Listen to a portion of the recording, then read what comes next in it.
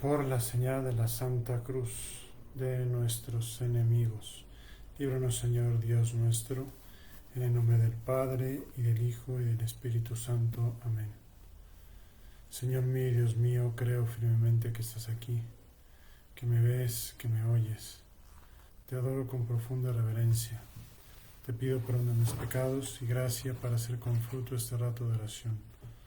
Madre mía Inmaculada, San José, mi Padre y Señor, Ángel de mi guarda, interceded por mí.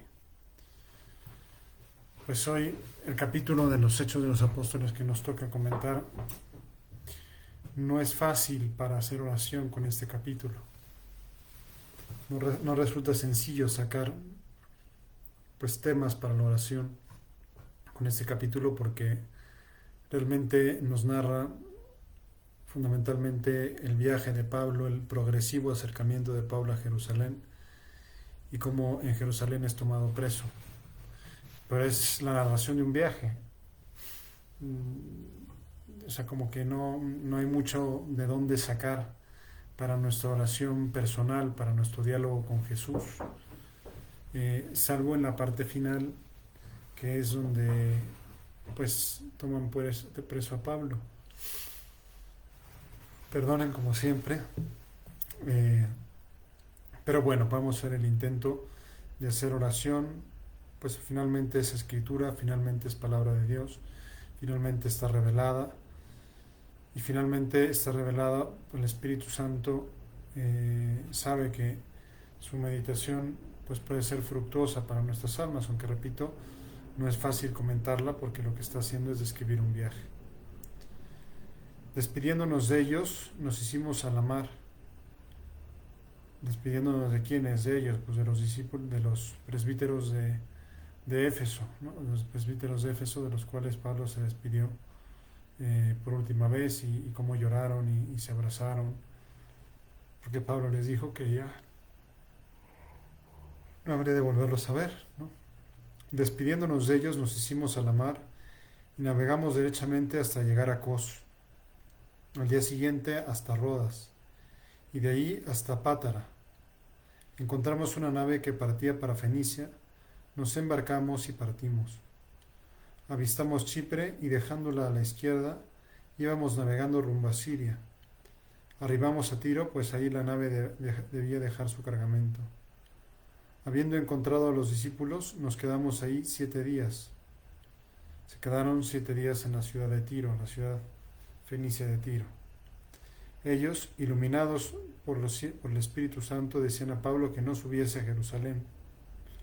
Cuando se nos pasaron aquellos días, salimos y nos pusimos de camino. Todos nos acompañaron.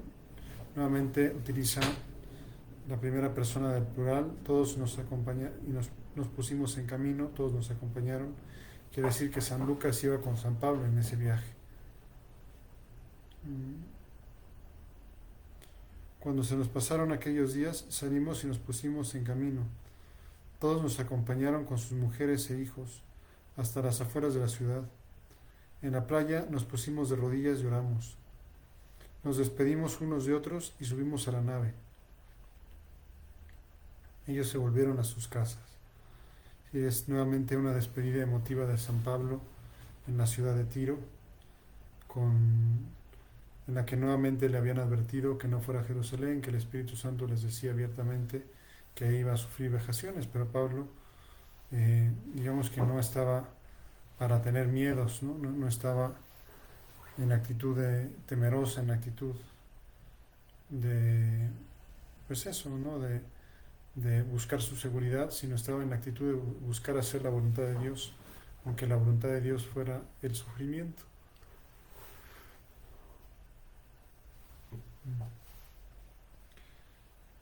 Es muy bonito esa imagen, no podemos meternos con la imaginación y ser nosotros también uno más. ¿No? Estaban todos, nos acompañaron con sus mujeres e hijos hasta las afueras de la ciudad. En la playa nos pusimos de las rodillas y oramos, ¿no? Una oración muy bonita en la playa de rodillas, y todos con San Pablo, ¿no? Con uno de los apóstoles, testigos de la resurrección de Jesucristo. Qué bonita es la oración de rodillas en la playa. Nos despedimos unos de otros y subimos a la nave. Ellos se volvieron a sus casas. Nosotros, terminando la travesía, fuimos de Tiro a Tolemaida. Saludamos a los hermanos y nos quedamos un día con ellos. Al día siguiente partimos y llegamos a Cesarea. Entramos en casa de Felipe el evangelista, que era uno de los 7, y nos hospedamos en su casa.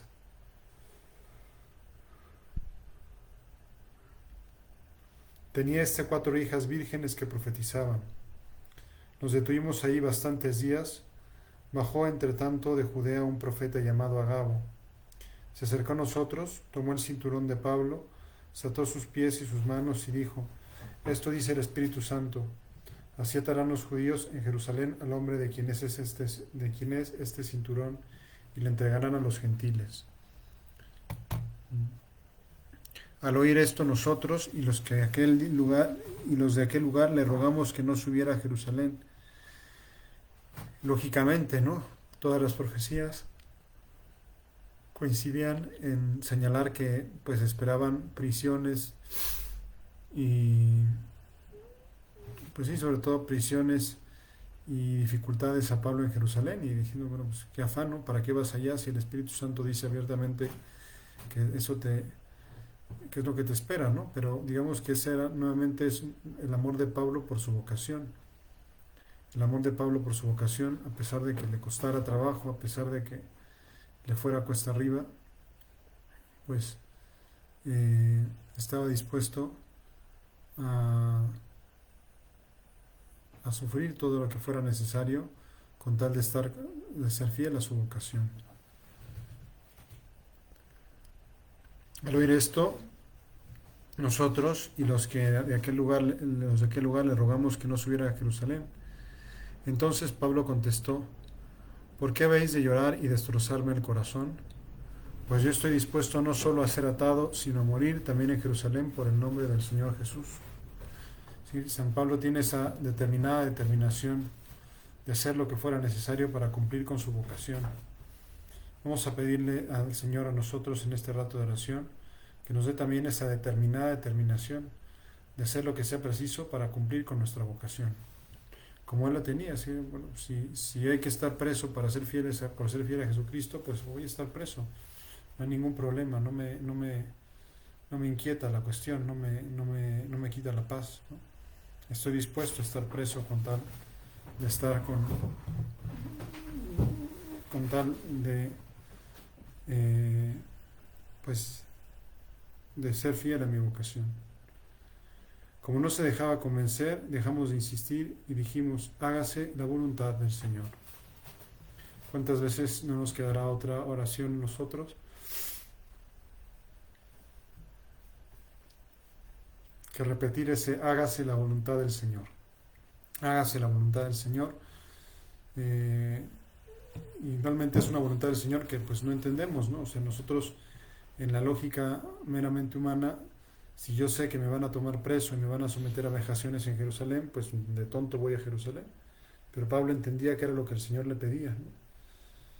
Y a Pedro, según la tradición, le pasó igual, ¿no? Cuando empezó una persecución en Roma y Pedro estaba huyendo de Roma por la vía Apia, se le apareció nuestro Señor Jesucristo y le preguntó: ¿Quo vadis, Petrus? Hoy sí está fuerte. ¿Quo vadis, Domine? Le preguntó Pedro a Jesucristo: ¿dónde vas, Señor? Y Jesús le contestó: a ser crucificado otra vez en Roma Entonces Pedro entendió que Dios quería que se quedara en Roma, y se quedó en Roma y fue crucificado, ¿no? Pero él fue crucificado de cabeza porque no se consideraba digno de morir de la misma manera que nuestro Señor. Entonces, pues digamos que así como Pedro, ¿verdad?, fue crucificado de cabeza, así como Pablo fue tomado preso, pero los dos entendían que eso era lo que Dios quería: hágase la voluntad de Dios, hágase la voluntad del Señor. Muchas veces en nuestra vida no nos quedará otra oración que decirle al Señor: hágase tu voluntad, ¿no? De hecho, se lo decimos casi sin darnos cuenta siempre que rezamos en Padre Nuestro. Le decimos: hágase tu voluntad, así en la tierra como en el cielo, que yo sea capaz de hacer tu voluntad, aunque esa voluntad a veces a mí no me ayude o ¿no? Transcurridos estos días y hechos los preparativos de viaje, subimos a Jerusalén. Venían con nosotros algunos discípulos de Cesarea, que nos llevaron a casa de un cierto Mnasón de Chipre, antiguo discípulo, donde nos habíamos de hospedar. Llegados a Jerusalén, los hermanos nos recibieron con alegría. Al día siguiente, Pablo, con todos nosotros, fue a casa de Santiago, uno de los apóstoles. Se reunieron también todos los presbíteros.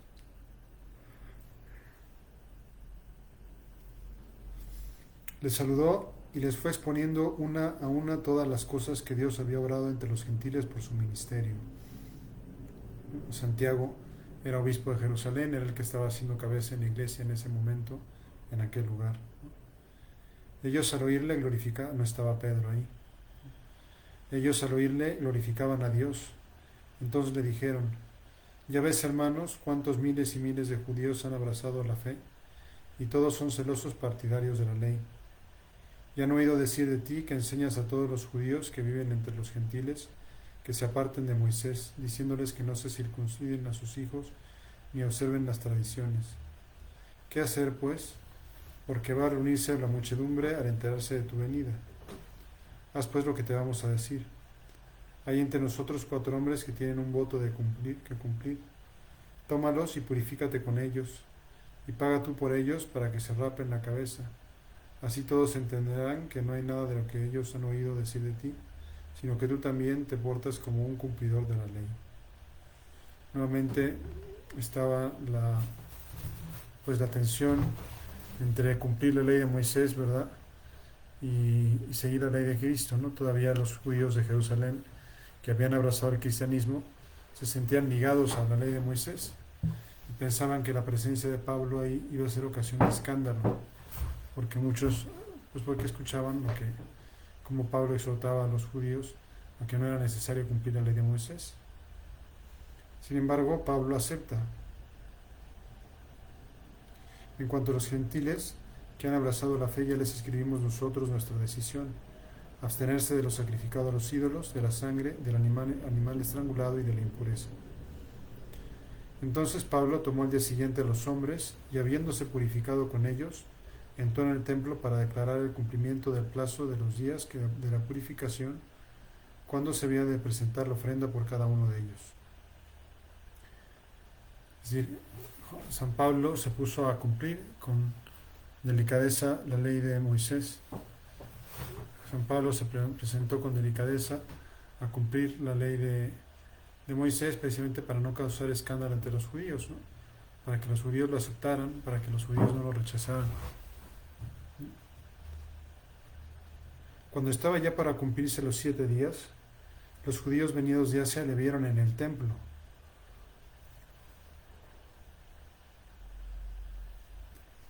Revolvieron a todo el pueblo y le echaron mano, y se pusieron a gritar: auxilio, hombres de Israel. Este es el hombre que va enseñando a todos por todas partes, contra el pueblo, contra la ley, contra este lugar, y hasta ha llegado a introducir a unos griegos en el templo, profanando este lugar santo. O sea, los judíos que le venían persiguiendo al pobre Pablo desde Asia, ¿no? Desde Éfeso, de las distintas provincias, de las distintas iglesias que había formado en Asia, que siempre le hacían la vida de cuadritos, pues algunos de ellos estaban de peregrinación en Jerusalén, le vieron en Jerusalén y empezaron a gritar auxilio. Este es el judío que está persuadiendo a los judíos de que no sigan la ley de Moisés, sino que sigan la ley de Cristo, ¿no? E incluso se inventan que ha introducido en el templo a un griego, pues habían visto anteriormente con él en la ciudad a Trófimo de Éfeso, a quien creían que Pablo había introducido en el templo. Toda la ciudad se alborotó y la gente concurrió de todas partes. Se apoderaron de Pablo y lo arrastraron fuera del templo. Inmediatamente cerraron las puertas. Intentaban darle muerte cuando subieron a decir al tribuno de la corte: toda Jerusalén está revuelta. Inmediatamente tomó consigo a soldados y centuriones y bajó corriendo hacia ellos, y ellos, al ver al tribuno y a los soldados, dejaron de golpear a Pablo. Entonces el tribuno se acercó, le prendió y mandó que le atasen con 2 cadenas, y empezó a preguntar quién era y qué había hecho. Pero entre la gente unos gritaban una cosa y otros otra. Como no pudiese sacar nada en claro a causa del alboroto, mandó que le llevasen al cuartel. Cuando llegó a las escaleras tuvo que ser llevado a hombros por los soldados a causa de la violencia de la gente, pues toda la multitud le iba siguiendo y gritando: «¡Mátale!». Cuando iban ya a meterse en el cuartel, Pablo dijo al tribuno: «¿Me permites decirte una palabra?». Él le contestó: «¿Pero sabes griego? ¿No eres tú entonces el egipcio que estos últimos días ha amotinado y llevado al desierto a los 40.000 terroristas? ¿A los 4.000 terroristas?». Pablo dijo: «Yo soy un judío de Tarso, ciudadano de una ciudad no oscura de Cilicia. Te ruego que me permitas hablar al pueblo». Se lo permitió. Pablo, de pie sobre las escaleras, pidió con la mano silencio al pueblo, y haciéndose un gran silencio, les dirigió la palabra en lengua hebrea. Nuevamente vamos a ver un discurso magistral de Pablo, en el que Pablo sabe hablar en griego, ¿verdad?, con el procurador romano, hablar en hebreo con los hebreos, ¿no? Es decir, sabe hacerse a la mentalidad de todos, ¿no? Con el procurador romano le dice que es de Tarso, una ciudad de Cilicia, no poco importante. Se presenta, ¿no?, como para que se dé cuenta de que no está delante de un don nadie.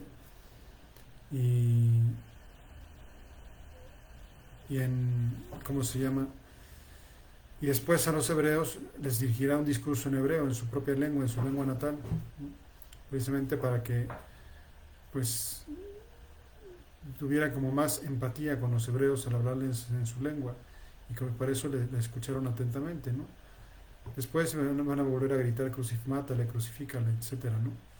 Pero digamos que les va a dirigir una hermosa pieza de oratoria, ¿no? Ahora, con todo esto, pues vemos cómo Pablo es tomado ya finalmente en prisión, cómo todas las profecías que se habían dicho de él se habían cumplido, y cómo él se enfrenta valientemente a su destino. Es decir, él sabía que esa era la voluntad de Dios, ¿verdad? No le temía la voluntad de Dios, pero ya estando preso, ¿verdad?, pues utiliza sus habilidades, sus conocimientos para liberarse de esa situación.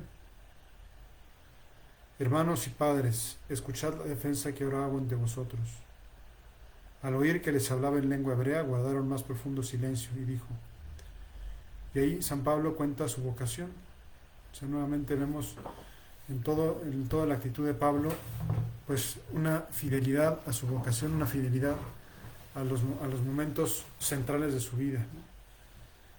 Y vamos a pedirle nosotros al Señor, pues que también nosotros tengamos fidelidad a nuestra vocación, fidelidad a nuestro camino, fidelidad al modo en el cual Dios ha querido que nos encontremos con Él y que le sigamos.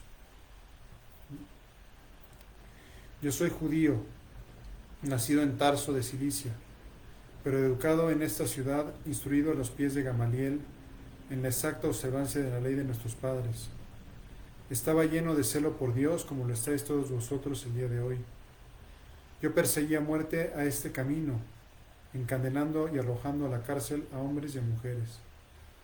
Nuevamente se refiere a la Iglesia, a lo que surgió de la predicación de Jesucristo como el camino. Así se le conocía en aquella época, el camino. Como pueda atestiguármelo el sumo sacerdote y todo el consejo de ancianos. De ellos recibí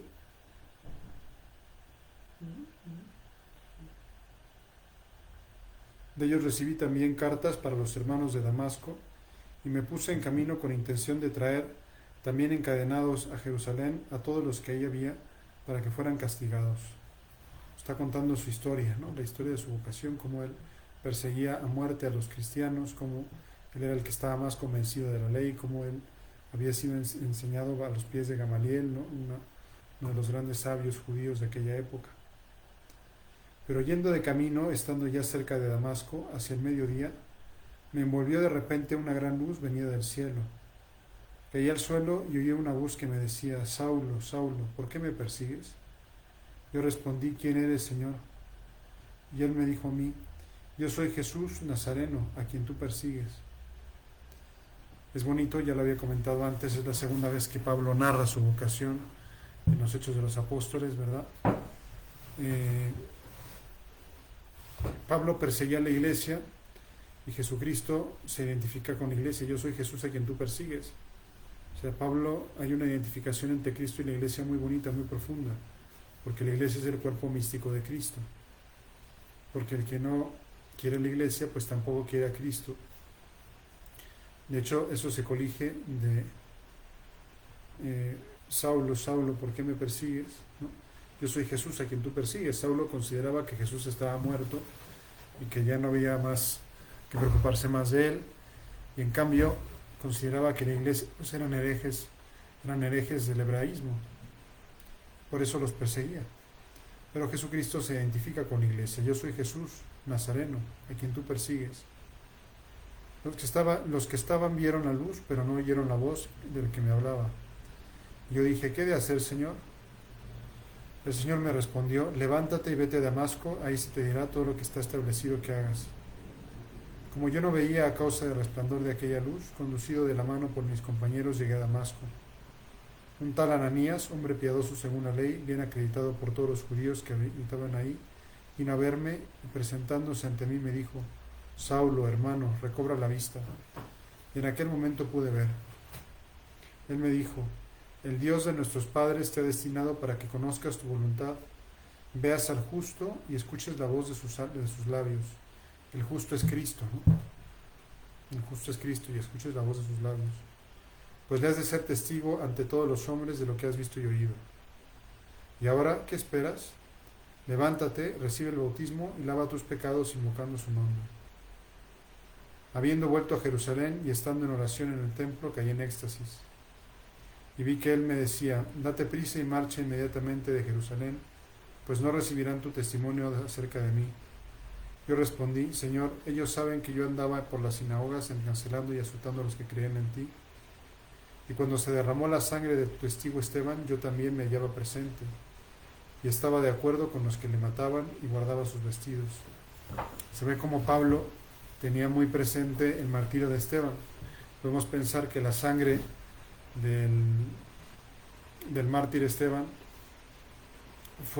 dio fruto en la vida apostólica de Pablo, ¿no? A Esteban le tocó derramar su sangre, a Pablo le tocó hacer el apostolado. Y me dijo: marcha, porque yo te enviaré lejos a los gentiles. Le estuvieron escuchando hasta estas palabras, ¿no? O sea, no aceptaban que fuera enviado a los gentiles, ¿no? Y entonces alzaron sus voces diciendo: quita a este de la tierra, no es justo que viva. Vociferaban y agitaban sus vestidos y arrojaban polvo al aire. El tribuno mandó llevarlo dentro del cuartel y dijo que lo sometieran a los azotes para averiguar por qué motivo gritaban así contra él. Cuando le tenían estirado con las correas, dijo Pablo al centurión que estaba ahí: ¿os es lícito azotar a un ciudadano romano sin haberle juzgado? Al oír esto, el cinturón fue donde el tribuno y le dijo: ¿qué vas a hacer? Este hombre es ciudadano romano. Acudió al tribuno y le preguntó: dime, ¿eres ciudadano romano? Sí, respondió. Dijo el tribuno, conseguí esta ciudadanía por una fuerte suma. Pues yo, contestó Pablo, la tengo por nacimiento. Al momento se retiraron los que iban a darle tormento. El tribuno temió al darse cuenta de que le había encadenado siendo ciudadano romano. Al día siguiente, queriendo averiguar con certeza de qué le acusaban los judíos, le sacó de la cárcel y mandó que se reunieran los sumos sacerdotes y todo el Sanedrín. Hizo bajar al Pablo y le puso ante ellos. Pues como vemos, las dificultades a Pablo no se le acabaron, al contrario, fueron creciendo, pero les pudo dar un discurso, pudo dar, de alguna manera como disculparse ante los judíos y explicar: o sea, si yo antes era el más fervoroso perseguidor del camino, hasta que me encontré con Cristo y Cristo cambió radicalmente mi vida. Yo predicaba a los judíos hasta que Cristo me dijo que predicara a los gentiles. Es decir, Pablo tiene conciencia de ser un instrumento en las manos de Cristo, de que es Cristo el que guía su vida. Nosotros podemos también tener ese convencimiento, ¿no? De que eres tú, Señor Jesucristo, quien guías nuestra vida. Guíanos para que sepamos qué es lo que debemos hacer. Guíanos para que sepamos cómo debemos comportarnos. Guíanos para que sepamos cuál es nuestra misión en la vida y ayúdanos a realizarla con la misma determinación con la que la realizó Pablo. Que nosotros realicemos nuestra vocación con esa determinación con la que Pablo la realizaba, que no reparemos en los obstáculos, ¿no? Pablo se da cuenta, aprovecha ese estar ligado, ese estar tomado preso para evangelizar a los hebreos que habían causado su prisión, ¿no? O sea, ni siquiera se detiene como decir estos ingratos que me han agarrado inventando que habían metido a un judío en el templo cuando es mentira. Podía haber dicho, yo no he metido a ningún judío en el templo, pero no. Lo que hace Pablo es, los evangeliza, les cuenta su historia, les dice, pues miren, yo era como ustedes, yo era un celoso defensor de la ley hasta que me encontré con Cristo. Y ese mismo Cristo con el que me encontré es el que me ha enviado a evangelizar a los gentiles. Y eso era lo que ellos no podían tolerar. Ellos estaban celosos de su exclusivismo, ¿no? Es decir, no, la salvación es exclusivamente de los judíos y para los judíos. Y nadie más puede aspirar a ser salvo, ¿no? Y en ese sentido eran menos judíos ellos que Pablo, porque Pablo,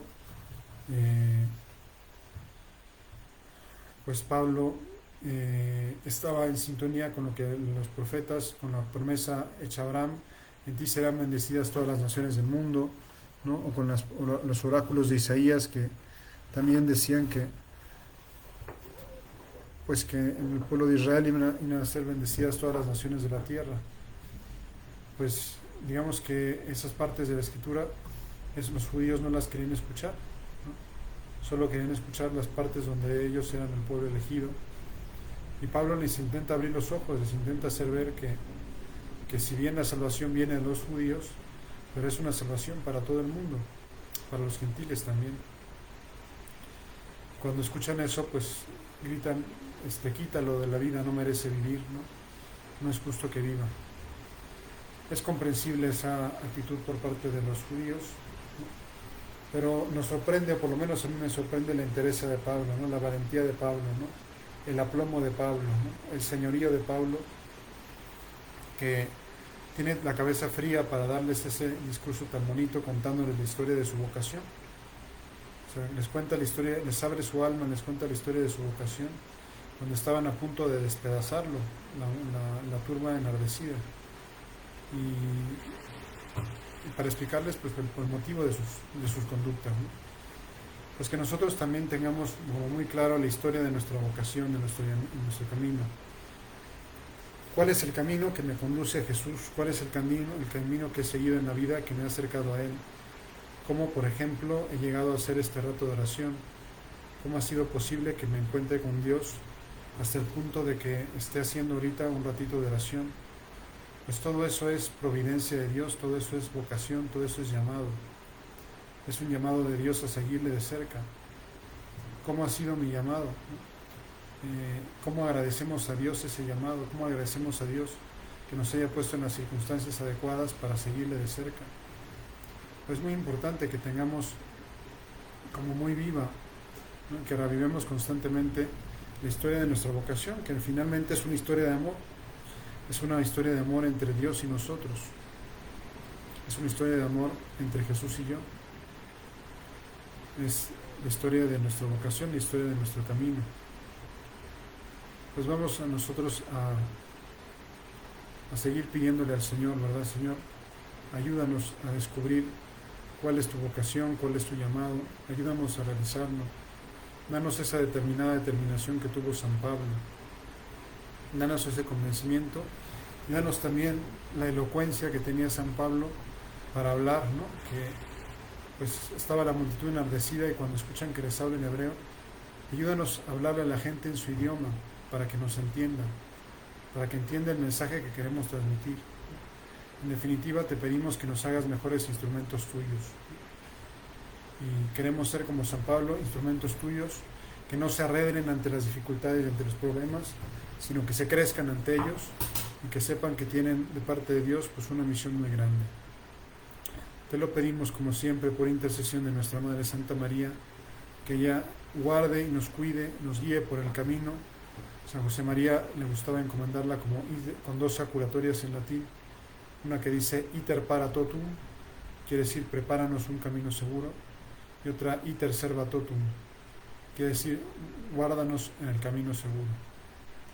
Prepáranos un camino seguro, Madre nuestra, guárdanos en el camino seguro para que podamos vivir con todas sus consecuencias las exigencias de nuestra vocación, de nuestro camino que nos conduce inexorablemente con el concurso de nuestra libertad hacia Dios. Te doy gracias, Dios mío, por los buenos propósitos, afectos e inspiraciones que me has comunicado en esta meditación. Te pido ayuda para ponerlos por obra. Madre mía Inmaculada, San José mi Padre y Señor, Ángel de mi guarda, intercede por mí. Muchas gracias por haberme acompañado. Si Dios no dispone otra cosa, aquí estaremos mañana a la misma hora y por el mismo canal. La bendición de Dios Todopoderoso, Padre, Hijo y Espíritu Santo, descienda sobre ustedes y permanezca para siempre. Muy buenas noches.